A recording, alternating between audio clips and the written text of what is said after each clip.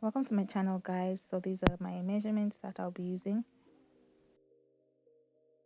for this top. The important measurements are my waist and my shoulder measurements, so I'm just outlining them on my pattern paper, and I'm coming back down by 7.5 inches for I armhole.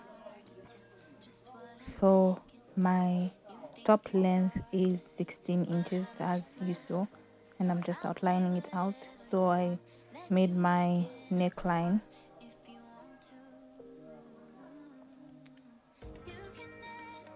So as you can see, the pattern is coming together. For me to have this shape, I came in by 1 inch at the shoulder, and for my waist I measured 4 inches. So now I'm just cutting out my pattern paper.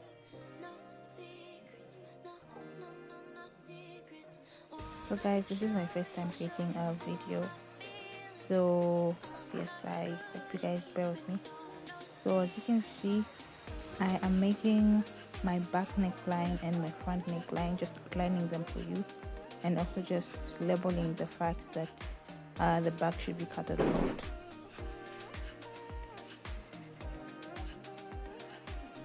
So now I got my material, and I am going to outline my pattern and making sure to leave a 0.5 inch allowance.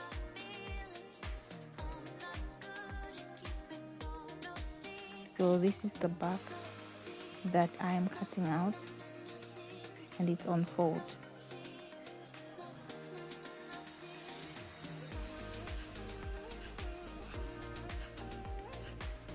So as you can see, it's a very beautiful, nice color, and I'll take the same pattern and outline my lining.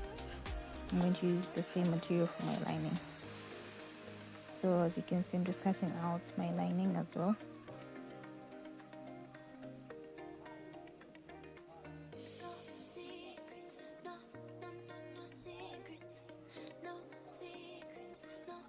Yeah, so after doing that for my back, I am going to cut out the neckline of my front.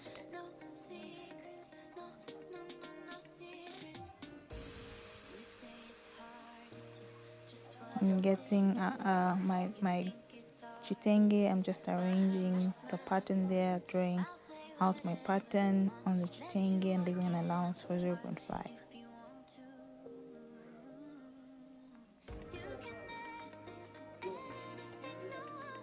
So yeah, I'll cut it, and I'll make sure to cut the same pieces for my stiffener, which I didn't show in this video because I had to make movements to where I was sewing my material. So guys, hope you are enjoying the video. Make sure you like it. So that's the front. I'm going to cut another piece for my lining as well. Leave your comments as well. So I'm not an expert, I'm also a beginner, and yeah, we're posting all this. So this is the front cut out, and I'm going to cut the pieces in two. Okay, so now for my flare, I did a 720 degrees, as you can see, and I cut out two flares, two 360 for my 720. So these are the pieces that are needed.